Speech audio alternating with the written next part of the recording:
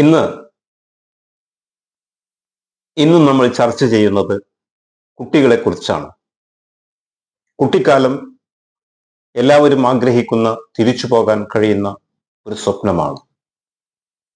കുട്ടികളൊക്കെ ജനിച്ചു വീഴുന്നത് ശുദ്ധപ്രകൃതിയോടുകൂടിയാണെന്ന് പറയുന്നുണ്ട്.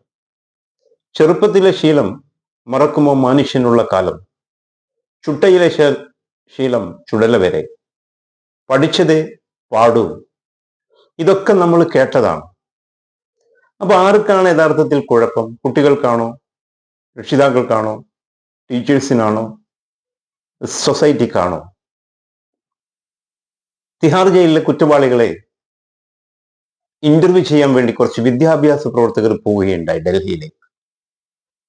കുറ്റവാളികളോട് ചോദിക്കുന്നുണ്ട്, നിങ്ങൾ എങ്ങനെയാണ് ഇവിടെ എത്താനുള്ള പ്രധാനപ്പെട്ട കാരണം എന്ന് പറഞ്ഞപ്പോൾ അവര് പറഞ്ഞ മറുപടി എന്താണെന്നറിയോ? Parents, teachers, society. പോയത് അധ്യാപകരായതുകൊണ്ട് അധ്യാപകരെങ്ങനെയാണ് ഇങ്ങോട്ട് നിങ്ങൾ എത്തിച്ചു എന്ന് പറഞ്ഞപ്പോൾ അവർ പറഞ്ഞ മറുപടി, ഞങ്ങൾ ഡോക്ടറും എഞ്ചിനീയറും ഒന്നും അവർ ആക്കേണ്ടതുണ്ടായിരുന്നില്ല, ഞങ്ങൾക്ക് പോകേണ്ട ഒരു വഴി പറഞ്ഞു തന്നിരുന്നുവെങ്കിൽ ഞങ്ങൾ ഇവിടെ എത്തില്ലായിരുന്നു. പ്രിയപ്പെട്ടവരെ,